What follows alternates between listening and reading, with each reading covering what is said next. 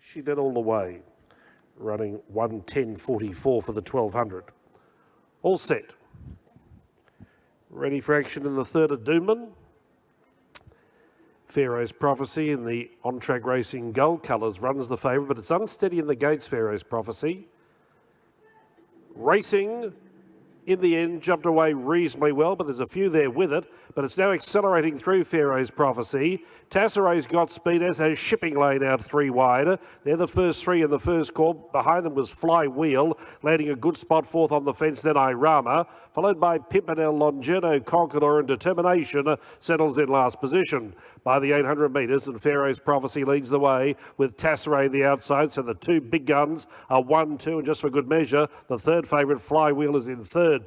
Shipping Lane got into be fourth one off as they reached the halfway mark. 600 left to run. Toodle Longerno inside of Irama, then Pimpernel, Conqueror and Determination. The first 600 metres, fairly comfortable, 35 and 9 onto the turn, and Pharaoh's Prophecy well fancied in the market. Turn in the lead from Tasseray in second, who's now challenging the leader earnestly. Flywheel comes off their backs to try and run that lead pair down, and Longerno up to fourth. Pharaoh's Prophecy and Tasseray. Tasseray might be going better, and Flywheel will have the last shot. They got to Pharaoh's Prophecy. Tasseray got to the front briefly, but Flywheel's got it. Flywheel first up today, goes home too well, beats Tasseray by 3/4. Two away third, Pharaoh's Prophecy. Then came Longerno, Determination, passing a few in the run home. Then Irama, Shipping Lane, Conqueror and last home Pimpernel in a good gallop, 1:9.87.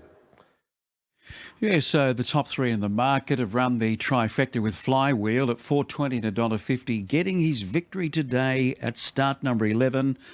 First up from a spell, Callow had him in the world's best position there, right behind Melita's, travelling strongly. And just when Tesore had struck the lead, he did give a reasonable kick, but Flywheel appeared to always have his measure on the outside. So a deserving victory to Flywheel, getting that win today, and perhaps this is the preparation where it's onwards and upwards for him. He's a 4-year-old by Extravagant from a So You Think mare. So 1,200 metres today, and he has placed over 13.50, and he ran that really good race in the Daybreak Lover back in April for Caddo, when finishing fifth to Exotic Miss at 200 to 1. But he's had the good break, trial well, and gets the money first up from a spell. Tasseray won't be a maiden for very much longer. He was there up outside the leader. Pharaoh's Prophecy. He went to Pharaoh's Prophecy, put him away fairly quickly, but couldn't repel the bid of Flywheel. And you'd have to say Pharaoh's Prophecy, just a little bit disappointing, dropping off towards the end. Bernie? Yes, I would totally agree with that, Maxi, but really nice to see this fellow win today. Jared Coetzee, I think, is going to come in. You chatting with me? Yeah. Step right up, Jared. Don't miss a beat. This is great for this horse because he showed so much potential at his, first preparation. Yeah, definitely for the horse, for the stable, and more importantly, Mr. Sowerby, who's been a big supporter for the stable. It's been a bit of time between drinks, but it's well deserved, and the horses are running well, and he's shown that today. Noel gave him a perfect steer. He put him in the right place. That's how we envisioned it happening. And he'll be a better horse once he gets a bit of confidence now over a bit further.